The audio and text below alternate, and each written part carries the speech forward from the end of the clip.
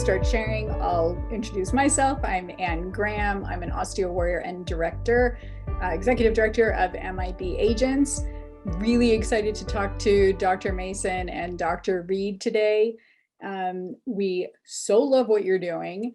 Before we get started, I just wanted to make an announcement that MIB Agents annual Factor Conference is on and in person in 2022. It'll be June 23rd to 25th. Our community of doctors, researchers, patients, and patient families will all get together in San Diego. Researchers and doctors can submit an abstract for a presentation at Factor. You just need to submit it by February 25th. And we also have travel awards available for osteosarcoma doctors who might not otherwise be able to attend. And that is thanks to our family funds. So thank you, family funds, for that. And we're off and running. Dr. Mason. So hello, my name is Nicola Mason. I'm a professor of medicine at the University of Pennsylvania School of Veterinary Medicine. I study immunology, immunotherapies, particularly in dogs that develop spontaneous cancers. And I have a particular interest, of course, in osteosarcoma and dogs that develop osteosarcoma. And I'll be talking a little bit about that today.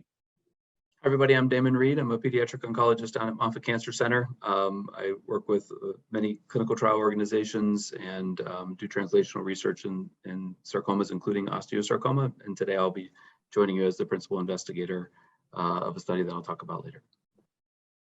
Hi, my name is Kara Skrubis. I am an osteo warrior and amputee, and I am the MIB Junior Advisory Board 2022 president. Hi, I'm Mia Sandino. I'm also an osteo warrior, and I'm the vice president for the Junior Advisory Board for MIB for 2022. And I'm Christina. I am a mom to Osteo Angel Dillon, and I'm the director of scientific programs for MIB Agents. So first of all, just thank you so much for the invitation to speak here. It's such a wonderful group of people and wonderful organization. And I'm really excited to be able to tell you a little bit about the work that we have been doing using a Listeria vaccine in dogs that have spontaneous osteosarcoma. And what I'm going to share with you today is some of the background about why we would use Listeria to try to immunize a patient to target their particular tumors.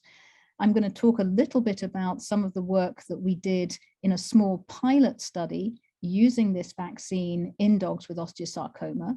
And then I'm going to share some very early data with you of a national study that we have done in collaboration with Morris Animal Foundation and also with the National Cancer Institute through the Comparative Oncology Program, which is a very large prospective clinical trial in dogs with spontaneous osteosarcoma, using this vaccine to see if we can prevent metastatic disease and trying to understand some of the correlates of response to therapy. So I have a couple of disclosures. I think the most important one here is that I am an inventor on the patent for this particular Listeria vaccine. So I want to disclose that up front. So what is Listeria? What is this Listeria monocytogenes? And I think probably most of you have heard of this. And you've heard of it because oftentimes people might succumb to this in terms of food poisoning. So perhaps you'll hear about cruise ships having a Listeria outbreak, for example. And what Listeria is it's a gram-positive anaerobic bacteria that is often found in sort of cheeses and processed meats. And again, as I said, it's one of the most common causes of food poisoning. And if any of you have been unlucky enough to have Listeria food poisoning, you'll know that when you get that, you get a very high fever. You have some nasty vomiting and diarrhea.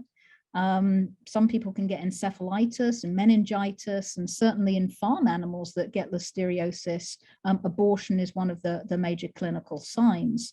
And one of the reasons that you get these signs, particularly fever, and we're going to come back to that, is that Listeria is a really potent stimulator of your immune system. And in fact, the clinical signs that are produced with Listeria food poisoning are mostly attributed to your immune system, and the side effects, if you like, of your immune system getting overactivated by Listeria rather than the actual Listeria itself. So Listeria is a really potent inducer of what we call both innate, which is the early immune response, as well as adaptive, which are sort of T cell responses, immunity. And it actually rarely causes serious disease if you have a good, strong immune system. And the patients that tend to suffer the most with Listeria are those perhaps who are elderly or immune compromised.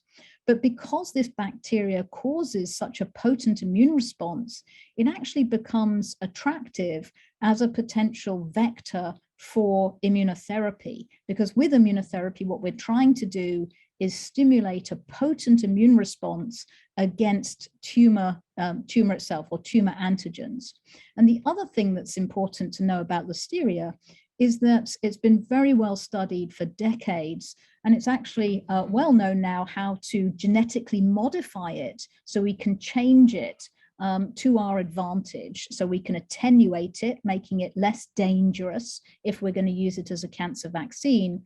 And we can also genetically modify it so it can carry tumor antigens, and that will actually then help induce an immune response against both the Listeria and the immune antigen that it actually is carrying. So we have to go through a slide or so of sort of mechanisms, and this will become important when we talk about what we've seen in the dog. So understanding this, I think, is important. So what we can see here on the left is essentially a cell. As the name suggests, Listeria monocytogenes means that Listeria likes to go to mononuclear cells or antigen-presenting cells, those cells of the immune system that present antigen to those T cells and essentially start the whole immune process off. And so here we see this little green thing here. This is Listeria. Listeria goes to these cells. It gets taken up by these cells into this compartment called the phagosome. That fuses with a lysosome to produce this phagolysosome, and that essentially is what starts to degrade the Listeria, breaks it down into small pieces such that it can then be presented on the surface of this cell in what we call the context of MHC class 2 to helper T cells. Those cells are going to help the immune system in terms of stimulating an immune response. But one of the unique things about Listeria, and this is the reason why we use it, is that it has this molecule called Listeria lysine O. And that is basically a molecule that can puncture holes in this phagosome or the phagolysosome. And what that does is it allows the Listeria to escape out of this sort of degrading bubble into the cytosol of the cell. So that's a sort of an escape mechanism that Listeria has developed. Now, of course, however, when it's in the cytosol of the cell, now it can actually be processed through this unit called the proteasome, and portions of Listeria or antigens that it is carrying can be presented in the context of what we call MHC class 1 to these cells, these CD8 positive T cells. These are the cytotoxic T cells. These are the cells that are responsible for killing infected cells, for killing tumor cells, cytotoxic T cells. And so what you can see with Listeria is that it stimulates both CD4 and CD8 T cells against antigens or molecules that Listeria is carrying.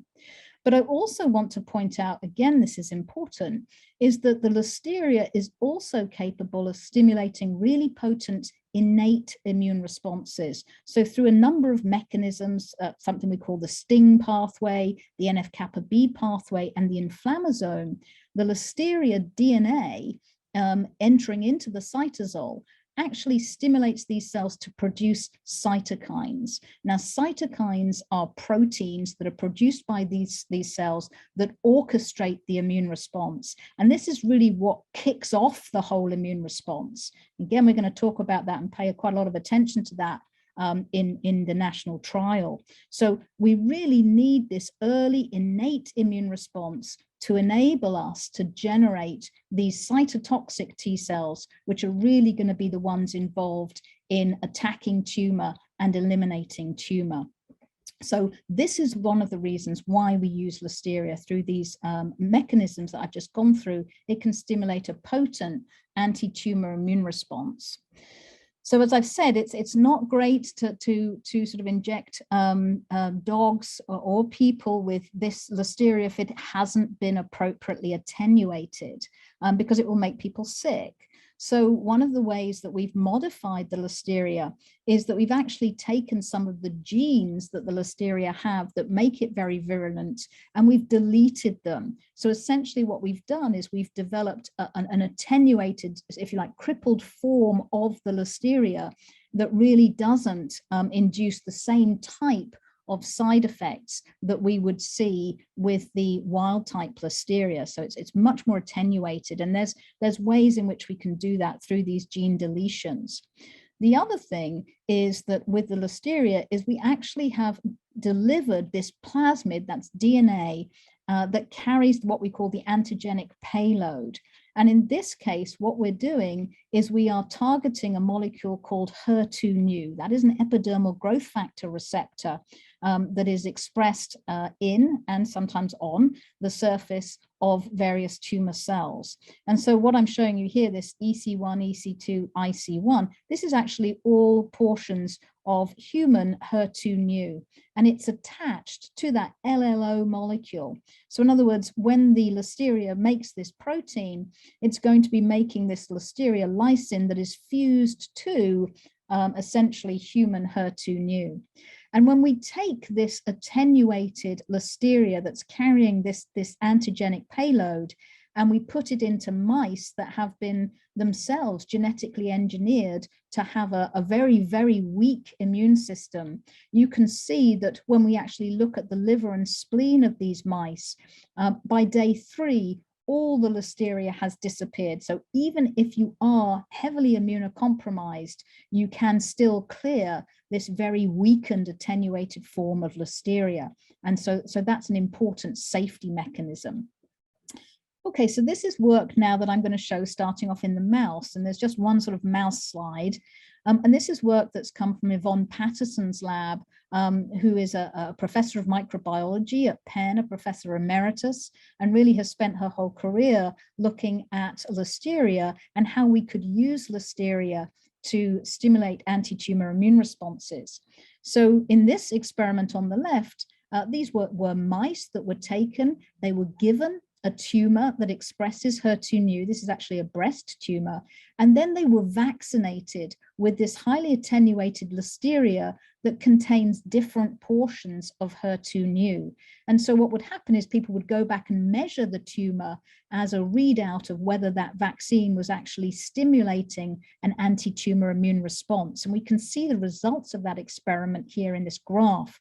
So this is the size of the tumor on the y-axis here, and these are the days here. And you can see that if we don't vaccinate the mice with anything but just some saline or an irrelevant Listeria that doesn't contain any HER2/neu, the tumors grow, as you see here in the red and the blue.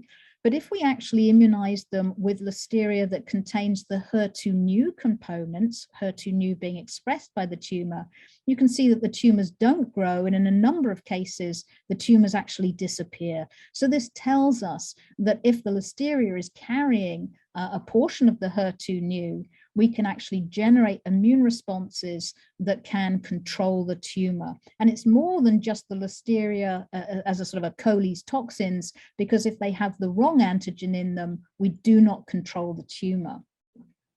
So the next one experiment that I'm showing you here out of many experiments was asking the question, could you use that vaccine to prevent metastatic disease? So in this case, you can see that we have a healthy mouse that we first vaccinate to develop an anti-tumor immune response. And then we give the mouse the tumor. And this is actually, again, another breast cancer cell line that expresses HER2/neu. And this has been given intravenously. So this mimics a sort of a metastatic tumor. And this is a metastatic model. And what we're doing here is evaluating the tumor by bioluminescence. So wherever you see blue in these mice, that's where the tumor is. And so the mice that are just injected or vaccinated with just Listeria alone, that hasn't been modified to express the antigen of interest, you can see by day 32, all of these mice have a tumor.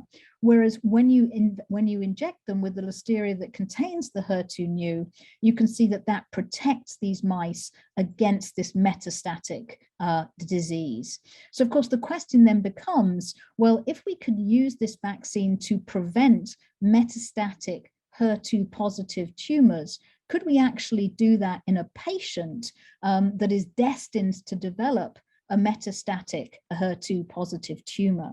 And so this is really then where we looked at the dogs. And so we and others demonstrated that HER2/neu is in fact expressed in canine osteosarcoma, and it is also expressed in pediatric osteosarcoma. And that expression is shown here in this immunohistochemistry with this brown staining. And we've also confirmed that by Western blot. As you can see, some of these dogs here that have osteosarcoma, we're looking for HER2/neu, and you can see evidence of it here in a number of these dogs in the positive control lines. And we can also see it expressed in bladder cancer as well, and where you can see this very nice membranous expression. So we know that canine osteosarcoma does express HER2/neu. We also know in dogs that spontaneously develop osteosarcoma that despite standard of care, which for us in the veterinary world is amputation followed by chemotherapy, we know that the majority of those dogs will go on to develop metastatic disease, usually within a year of their diagnosis. So we have a window of opportunity after amputation and chemotherapy to perhaps try this vaccine to determine if we can delay or prevent metastatic disease. And that's exactly what we did in this first clinical trial, which was a pilot study that was aimed at assessing the sort of safety of this vaccine. It was a standard phase 1 3+3 dose escalation clinical trial to see if this vaccine would be safe and if it could indeed prevent or delay metastatic disease. And the setup of this trial is really very similar to the setup of the national trial. So they're both very much the same. So these dogs would be diagnosed with osteosarcoma. The tumor would be removed by amputation, which is standard of care in the veterinary world. And then they would have 4 doses of carboplatin chemotherapy given 3 weeks apart. And then they would be screened. And this is important. Only those dogs that were free of gross metastatic disease in their lungs were then eligible to move forward and get 3 doses of this HER2/neu targeting Listeria vaccine. And then after that, we would restage them, see if they were free of metastatic disease 3 weeks after that last vaccine. And then they would come back every 2 months to see when they develop metastatic disease. We also gave the owners the option of repeat vaccinations in this clinical trial every 4 to 6 months. And I can tell you the majority of them came back for repeat doses of the vaccine. That was not performed in the national study, simply actually due to the cost of having to do that in over 80 dogs. So we actually ended up with 4 dose groups in this pilot study and looked at the safety and the feasibility and the effects of metastatic disease. I'm just going to go through this quickly because it's work that was published back in 2016. But the important take-home points here are that the side effects that we saw when we administered this intravenously were transient and they were low grade. And so they mostly consisted of pyrexia or fever. And I just want to point out here, when you look at these numbers, the baseline body temperature of a dog is 101.5. So a fever of 103.5 to 104 is really not particularly high. If your dog goes out and runs around, they'll probably have a temperature in that ballpark. And so you can see here that, you know, a couple of dogs developed those temperatures, and they got higher when we increased the dose. And you can see that the dose is in each column here. So this was the highest dose we used. And what we saw with that fever, which again becomes important in the national study, is that the temperature rose, and by 4 hours post-vaccination, that was the peak point of the temperature. And then after that, the temperature decreased. And usually by about 6 to 8 hours, the temperature was coming back down to normal and the dogs would eat their dinner and go home. at the time of this peak point of fever, we found that the dogs were a little bit nauseous.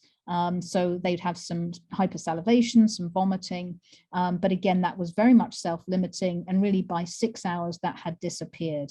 We had a couple of dogs that had some arrhythmias that we think are associated with some cytokine release. Again, those were transient, asymptomatic, and disappeared following just intravenous fluids. So a safe approach. And then, of course, what was exciting was seeing the effects of this vaccine on the overall survival of these dogs. So we compared this to a historical control group, which is always, of course, not ideal, but a historical control group that was appropriately matched to the vaccine group. And you can see here that these two curves separate out very nicely. And so what we were able to show is in the vaccinated group, their disease-free interval, the time between essentially amputation and the time they develop metastatic disease, was around about 600 days, which was much, much longer than published reports. And also when we looked at median survival time, we were looking at just shy of 1,000 days, which again was over double what we saw with the historical control group. And a 1-year survival was just shy of 80%. So these were really encouraging results. Finally, we asked the question, could we actually see immune responses in these dogs to HER2/neu after vaccine? And did they sort of correlate with the survival of these dogs? And so this is a busy slide, but the dogs in the various groups, these are the dose groups, increasing dose as we go from group 1 through 4. And then these are the time points that those immune responses were assessed. So you can see at baseline, almost all of the dogs, bar one, had no immune responses against HER2/neu. They shouldn't, because HER2/neu is a natural molecule in the body, and we don't want to, they don't have immune responses against them because of tolerance. This dog actually ended up having a nephroblastoma, which is another tumor type. And so we think that that might have been responsible here. But what you can see is in some of these dogs, 3 weeks after the third vaccine, as indicated by the pluses here, that they were starting now to develop immune responses against HER2/neu. And you can see in some of these cases, they were really very robust immune responses. Also, what was interesting is in the gray shadows here, these are the time points that these dogs actually developed visible metastatic disease. And in some of these instances, you can see that when they develop that disease, that's when we actually see the T cell response coming into effect. So that's pretty interesting as well, suggesting again that when you start to have these tumors coming back, expressing HER2/neu, you start to see these T cell responses trying to control that tumor, or certainly that's the way we've interpreted this. But unfortunately, there was too few dogs in this study to really sort of put a correlation between if you develop a T cell response against HER2/neu, does that mean that you live for a long period of time? But certainly there's some indications here when you can see some of the survival times of these dogs that could indeed be the case. So with all this exciting data, we really then wanted to go on and say, well, let's now do a national study. Let's look at a larger number of dogs and really ask the question, can we actually use this vaccine to delay or prevent metastatic disease? And can we, by using a larger number of dogs, identify key factors or key correlates of clinical efficiency, particularly obviously immunological correlates that we are interested in looking at. And then also we had a sidearm that was trying to evaluate the effects of this vaccine on dogs that already had metastatic disease. And so this, as I said, this study was supported through generous support from the Morris Animal Foundation, and it was performed through the Comparative Oncology Trials Consortium led by Amy LeBlanc and Christina Matsko at NCI. And so I've just circled all the groups here that were involved in this. So all of these different sites listed here on the right-hand side were all involved in recruiting dogs to this study and performing this study through a standard operating protocol. And this was the schedule. So it's really very similar to what I just showed you. So dogs would come in, they would be evaluated for eligibility. They would undergo standard of care amputation, 4 doses of carboplatin. Then at week 15, they would be screened to show that they were free of metastatic disease. Those that were free of metastatic disease would then receive 3 doses of vaccine, 3 weeks apart. And then 2 weeks later, they would come back, be restaged, meaning a full clinical exam, chest radiographs, and then they would be followed up every 2 months to see when they would go on and develop metastatic disease. And I think what's really important here is this box at the bottom showing you the samples that we actually took from these dogs. So not only do we have all the tumor tissue from these dogs, but we also have peripheral blood mononuclear cells from these dogs, both at baseline and at every time point when we vaccinated them, and at every follow-up time point, as well as serum and plasma from these dogs as well. So this really, it gives us a very rich biobank to really start mining the immune response of these dogs and trying to understand what this vaccine is doing and what might correlate with an improved outcome. So this is our study enrollment. So this is our intent to treat group. So we enrolled 118 dogs on this clinical trial, with the idea that we would actually intent to treat all of these dogs and then compare them with the standard of care arm that has been already performed at the Comparative Oncology Trials Consortium and performed in exactly the same way as I've just shown you here in terms of standard of care. So that's a really good comparison arm that we have there. Then we would go forward, we would test these dogs at week 15, so that's after their 4 doses of carboplatin, to determine if or not they are free of disease. And 80 of those dogs were free of metastatic disease at that time, meaning that about a third of the dogs actually came off study at that time point because they had already developed metastatic disease. So this is a very aggressive tumor in dogs. And so a third of them, and that's been previously reported, a third of them actually go on to develop metastatic disease during carboplatin. So 80 of them would actually move on and get vaccinated with the Listeria vaccine, and then they would represent at week 23 to determine if they were free of metastatic disease and then follow those dogs out. So we lost 5 dogs there. So we actually had 75 who were fully evaluable. 4 of them had progressive disease during their vaccination, and 1 of them was withdrawn for another unrelated reason. And so what I'm going to focus on today is these 75 evaluable dogs. And what we did is we looked at the disease-free interval of all those 75 dogs. And we said, right, let's look at the top 25, the 25 dogs that did the best. And their disease-free interval was over 490 days.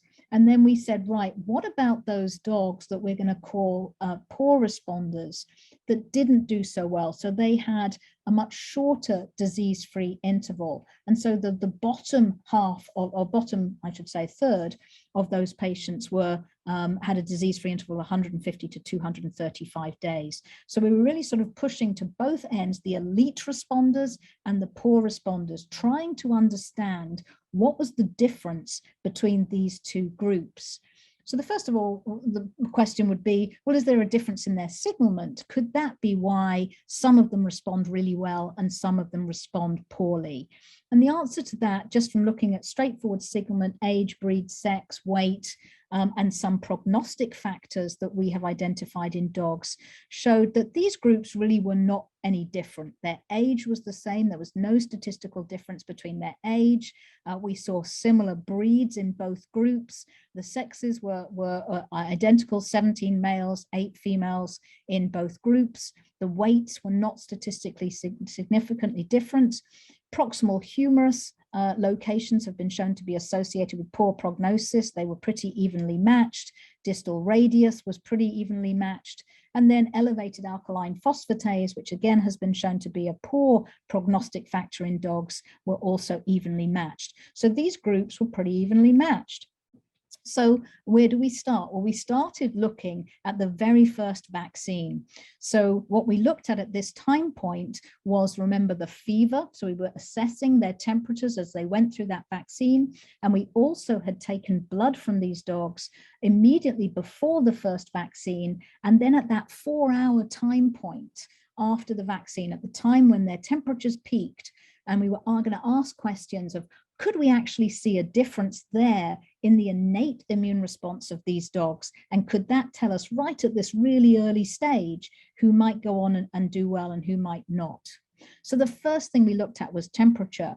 And so what I've got here is the elite responders, the temperature before that vaccine and the temperature after, at 4 hours after that vaccine. And then here are our 25 poor responders pre and post vaccine. And you can see from this graph that the elite responders showed a statistically significant increase in temperature at 4 hours after that first vaccine, whereas the poor responders showed no statistically significant increase. So even right at the first time that these dogs evenly matched essentially in both groups, when we look at just a clinical factor of temperature, we immediately see that those dogs that went on to do well showed an increase in body temperature following vaccine, whereas the poor responders did not. And now we started to delve deeper and actually look at these cytokines, these proteins that are secreted from those cells that are often infected with Listeria. And those are the proteins that orchestrate the immune response. And we asked the question, if we looked at baseline and then again at 4 hours after that first vaccine, could we see differences between these groups? And the answer is yes. At this early stage, we see differences. So if we just take this graph here on the top left, so this is looking at a cytokine called GM-CSF, granulocyte macrophage colony stimulating factor. And again, look at our elite responders, disease-free interval of almost 500 days. You can see in this blue bar here, this denotes statistically significant values after vaccination compared to pre. So in other words, the elite responders were showing a significant increase in GM-CSF in their peripheral blood at 4 hours, whereas the dogs that didn't respond well, that had much shorter survival times, showed no increase in that cytokine. And we can see that replicated across all these different cytokines. Interferon gamma, a statistically significant increase in the elite responders, a much poorer response then in the poor responders, again with cytokines like IL-7, IP-10, which is a chemokine, and then also with IL-18 and IL-2, statistically significant increases in the elite responders, whereas the dogs that had much shorter survival times really don't seem to be able to produce those cytokines in the same way that the elite responders do. Now, that's not the case for all of the cytokines. And when we look at some of the other cytokines, we see, for example, IL-6, we see a statistically significant increase both in the dogs that went on to do well as the dogs that went on not to do as well. So they can respond, but when we look at the magnitude of response, it's different again. So you can see in the elite responders here, they're all producing pretty high levels of IL-6 compared to the poor responders, where that response is very much blunted. And so you can see in the red here, I'm showing a statistical significance between these post values. And we see the same with MCP1, we see the same with TNF alpha. You can see this big sort of plumes of cytokines being produced here, where the response in the poor responders is much more muted. The same with TNF alpha. And just as a clinical correlate, this is nice because IL-6 and TNF alpha are these proteins, these cytokines that cause fever. So that sort of fits with the fact that the elite responders have a higher fever, a statistically significant increase in fever compared to the poor responders. And again, we see the same thing with some of these other important cytokines as well. And then there's other cytokines like IL10, which is actually an immunosuppressive cytokine, and TGFbeta, where we actually saw no difference between the elite responders or the poor responders. They both seem to have statistically significant increases, or with TGFbeta decreases after vaccination. So if we go back to our cartoon here of what's happening with Listeria, we're really looking, we haven't even got to the cytotoxic T cell response yet. We're still looking at this really early innate response after 4 hours. And we've been able to show that the two groups are different. And so we can think about Listeria coming in, stimulating these various pathways and being able to produce these pro-inflammatory cytokines, which will then orchestrate the downstream adaptive immune response. And what's interesting is these pathways are actually very similar in terms of the pathways that produce pro-inflammatory cytokines in response to Listeria are very similar to the pathways that produce pro-inflammatory cytokines in response to tumor DNA. So one might think if the patients can't respond to Listeria, they probably also can't respond to tumor-derived DNA, and they can't perhaps initiate the immune response that they should have against the tumor DNA either. So it really looks as though these dogs very early on can be distinguished based on the quality as well as the quantity of their innate immune response. And really what we're doing is uncovering functional differences in the ability of these animals to respond.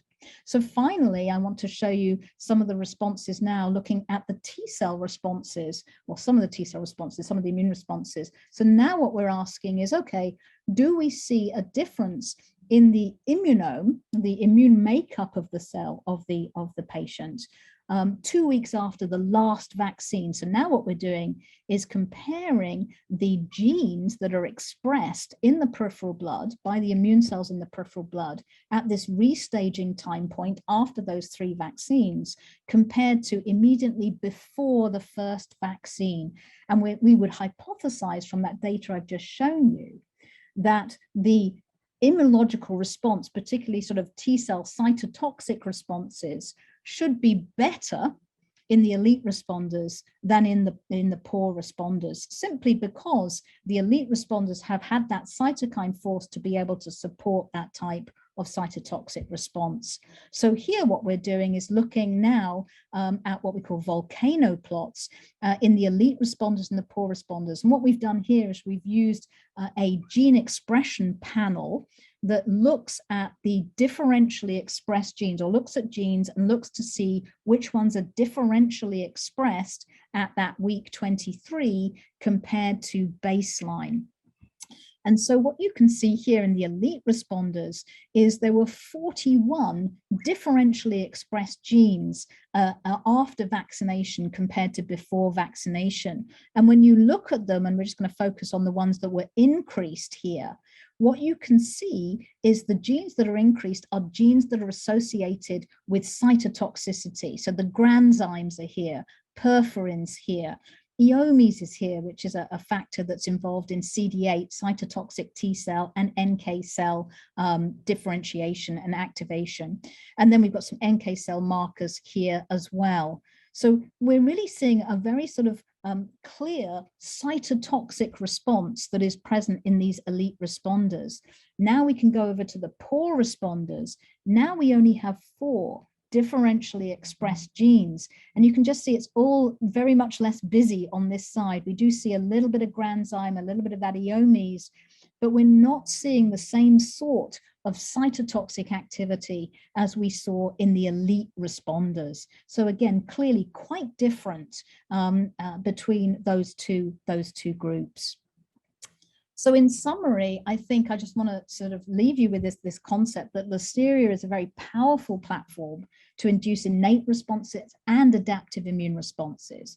And we have shown both in the mice and also in the dogs that this vaccine can break what we call immunological tolerance to tumor antigens. We can induce antigen-specific immune responses, as I showed you in that pilot canine study.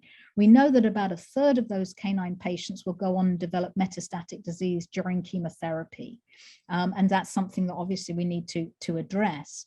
But I think what's really interesting here in this national trial is we can actually show that those elite responders showed this robust innate immune response following Listeria vaccination. And that was very clearly different to that immune response that those dogs that went on to do poorly could mount. There was some sort of dysfunction in those patients that went on to do poorly, significantly blunted cytotoxic responses following vaccination.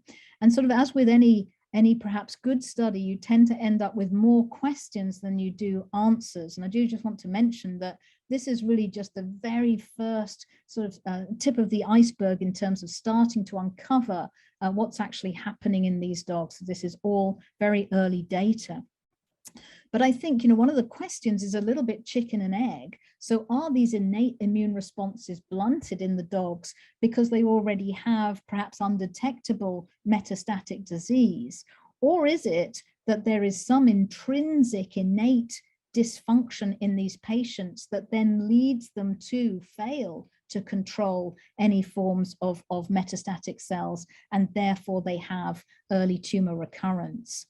The other thing that we're interested in asking is that cytotoxic response we saw from that nanostring, those differentially expressed genes, is that maintained after that initial course of vaccination is complete, or does it wane? And do we need to reboost these patients to maintain that cytotoxic response? And indeed, is that cytotoxic response specific for the tumor antigens?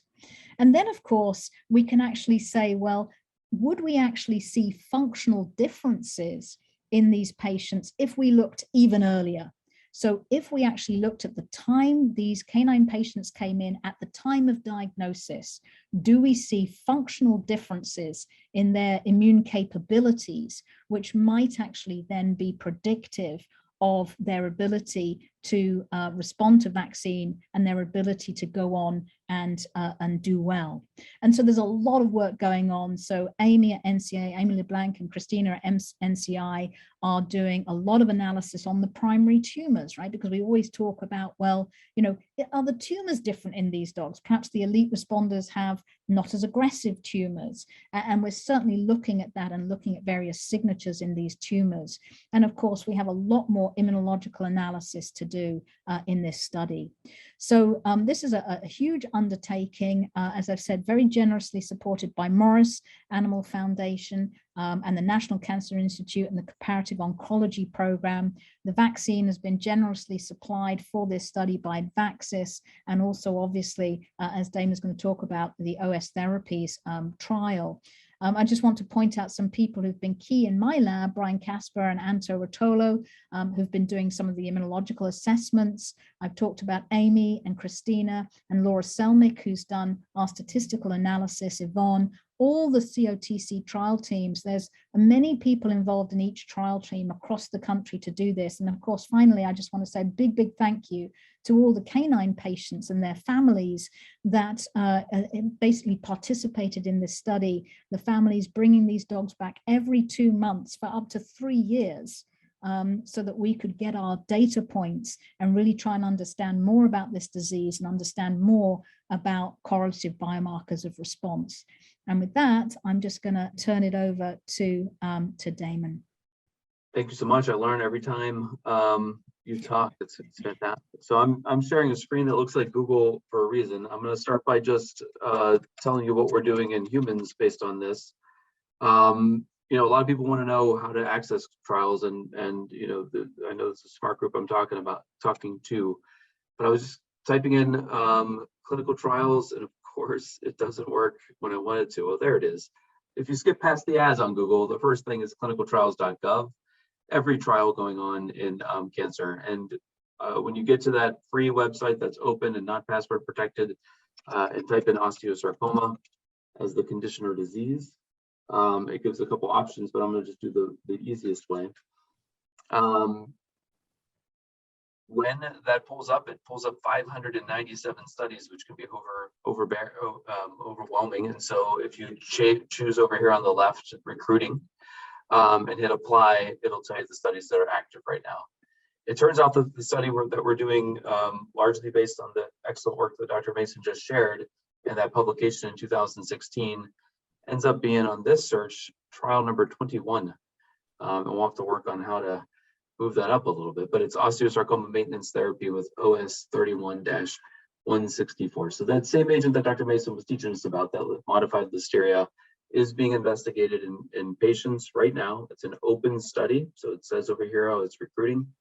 The sponsor is Georgia Clinical, and as mentioned, Advax has previously worked with this, and OS-Therapeutics as well. The trial is titled Osteosarcoma Maintenance Therapy with OS-31-164. It is a phase 2 study, and we're giving this to patients that are have had lung-only recurrence of osteosarcoma, so not newly diagnosed osteosarcoma patients. And this is being given after surgery, so when there's no visible disease after surgery. And so this is given, all the details of the trial, or all the top level details are here. And then what I'll scroll down to is how to contact for more information. This agent is given every 3 weeks. 45 patients will be treated. And again, it is open and enrolling. The goal of this is to prevent osteosarcoma from coming back. And so we're trying to study if this agent can do that. We are also following people's overall survival as a secondary goal, equally obviously important and tied together. This study is for patients aged 12 to 39, and the criteria for who can and can't go on the study are also freely available on this clinicaltrials.gov website. It does get a little bit complicated, but again, there is help if you need it. And the contacts are there. And I think that that's probably the most important thing. So it's easy to find the trial. It is accruing, and the contacts are here. This is also where the sites that are open are also kind of available. There are features on this website to look at it on a map, but this does it by stage, and there's not an overwhelming number of sites, so you can get to it that way. So I'm the principal investigator. I primarily talk with other referring doctors and work with the Georgia clinical team and Dr. Pettit in OS therapies towards this study, and I'm happy to answer more questions about it.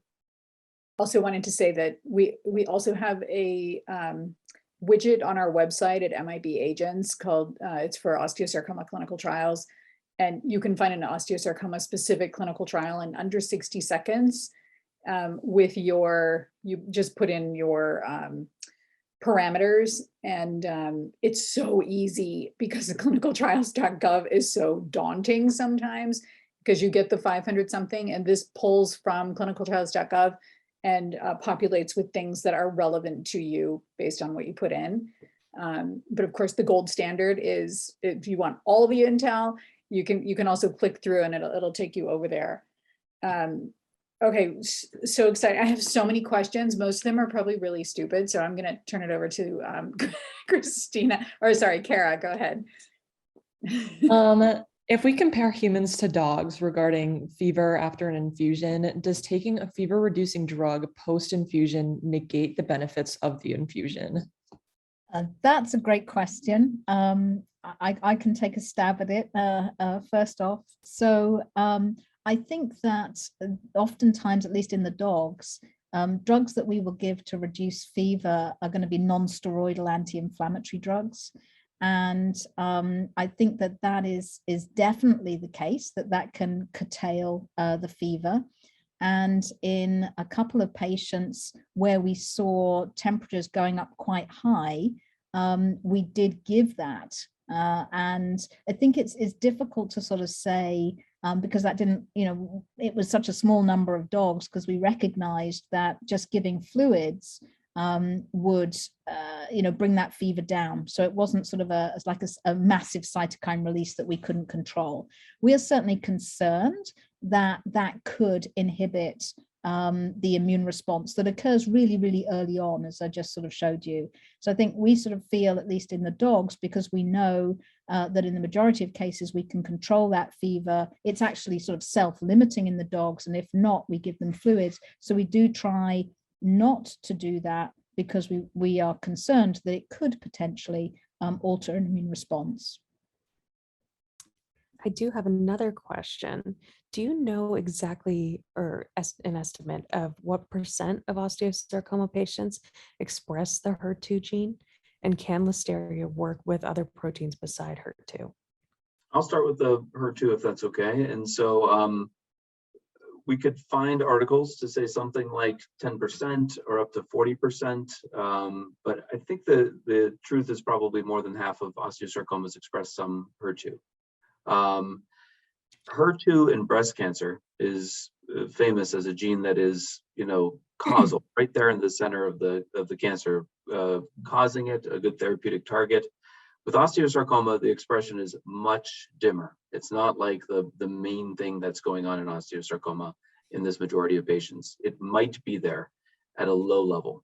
And so it's different in that way. So I think that just because the majority of patients express some of it, it's not as clear that it's the driver of osteosarcoma.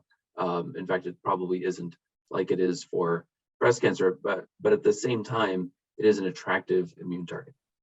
Yeah, so and your other question about could you actually use it for other proteins, that answer is yes. That's been done and is being done. We've used it with some of the other targets for different types of cancer, and then it's also being used as sort of for hotspot mutations as well. And the other thing just to add here is there's a sort of an immunological property, which I won't go into, of sort of what we call epitope spreading. So in other words, you start an immune response off against something, and then you can sort of get spreading of that immune response to start targeting other proteins in the cancer. So there's this concept, at least, of epitope spreading, which has been nicely shown with Listeria in mouse models. I have a question from our audience. Is there a way to receive the vaccine if not eligible for the trial, through compassionate use or any other way? I am not aware of a way to receive it outside of the trial right now. This is a complicated agent to make of a grade to give to people. And by my understanding right now and talking with the sponsors, that there's just enough of it for the trial right now, unfortunately. Going off of that, would additional people be able to enroll once the trial is full prior to completion of the trial? Once the trial puts on the requisite number of patients, there's a safety lead in, and then, like as you saw on the thing about 45 patients on, once those patients go on, we would be following how they're doing. I will say that the sponsor is definitely committed to getting information out once it's verified in a quick manner, knowing the need that is relapsed osteosarcoma. But after those 45 patients go on, we would have to follow how they do before additional patients would be added, most likely. Data on the vaccine's potential to delay metastasis, though at some point it seems to stop working. Do you have any thoughts on how to extend the efficacy of this vaccine, like adding a booster or increasing the dose? Yeah. I'll try one way in terms of, so let's say there's two ways that you could maybe get around this. If the premise is true, if the Listeria is the one thing holding back the disease for a period of time, the two ways that the cancer could change the game is to no longer express HER2, so go a different route, no longer express whatever the immune system is seeking out. And so I'll tackle that part. The other way would be to tire out against it, and I'll let Dr. Mason do smarter on that part. But the cancer could just, if it doesn't rely on HER2, as I kind of mentioned before, it could just shed it accidentally or on purpose, but it could evolve and change, and then the immune system might be just as active as it was before, but the cancer no longer is on its radar. Yes, and I think, there's other issues of things that, you eventually get sort of exhausted T cells. You can have the tumor microenvironment can suppress the T cell responses and so on. And I think that's where we start to think about, or even sooner, think about combination therapies. So I think we're all thinking, oftentimes we'll use a single agent, but I think everybody probably thinks that, combinations might be the key here. So I think that it's a great question, and I think that we've got so much more to try and learn, and that's what we're doing through these immunological studies in the dogs, which hopefully then will enable us to start sort of looking at some targeted things to look at in the children and see if we can understand immune dysfunction and understand then how we could perhaps reverse it so that more dogs and more potential people, if that is the case, could respond to the vaccine. So I think the answer is combination therapies to try to overcome things that could tire out this immune response. I have a 3-part question. So it sounds like this will work best. It would have a greatest efficacy when someone's NED or when there's low disease burden. But I was just wondering, have you found, is there any efficacy in killing existing disease if for some reason something's unresectable? And can it be given in combination with chemotherapy? And has there been any thought to giving this kind of proactively after completion of MAP, once everything's been resected, chemo's been completed, and now it's like, great, let's pitch you on a vaccine to prevent mets? Yeah, so I guess does it work in gross disease? That's the first question. So I think the jury is still out on that. What I would say is that I think alone, my guess would be perhaps not. We have used it in combination with radiation therapy in dogs that have appendicular osteosarcoma, where they are not amputated because the owners did not wish to do that. Some of these dogs are huge and they were concerned about quality of life issues. And in a subset of those dogs, the tumor with combination radiation and immunotherapy with no surgery and no chemotherapy seemed to undergo some form of clinical and radiographical arrest. So it just seemed to stop. And it didn't go away, but it just seemed to stop with some of these dogs living sort of 2.5 years with good quality of life. So I think that there is a capability, if we get the sort of combinations right, of potentially slowing development of gross disease. I think, once that tumor microenvironment is set up, I think that it's perhaps difficult to consider that it alone might cause regressions of gross disease. But honestly, we need to evaluate that and look into that. I would answer that question in this way: that the fact that we're giving this medicine in a clinical trial to patients is how you get there, how you get to the point of feeling comfortable doing that, relies on some level of evidence prior. We're almost entirely basing this on the canine data, which is so excellent that Dr. Mason has shepherded. And it was neat to learn today that this started really in 2005. So, 16 years ago, careful investigations. And so we do tend to think, as a trialist, we tend to think, how do we give this, all this work, all of this effort, how do we give it the best chance to show some activity in patients? And so we decide, should it be in bulky disease, patients who are not resected? Should it be in patients who have been resected down to no disease? Should it be in newly diagnosed patients or relapsed patients? And so the preponderance of evidence, and we work very closely with the excellent veterinary community on this one, suggested that minimal residual disease after surgery, when there's the least amount of disease, and after relapse, when there's a high risk that it could come back again, was the best patient population towards your excellent questions, and the question in the chat too of can we give it at the end of MAP chemotherapy in newly diagnosed patients?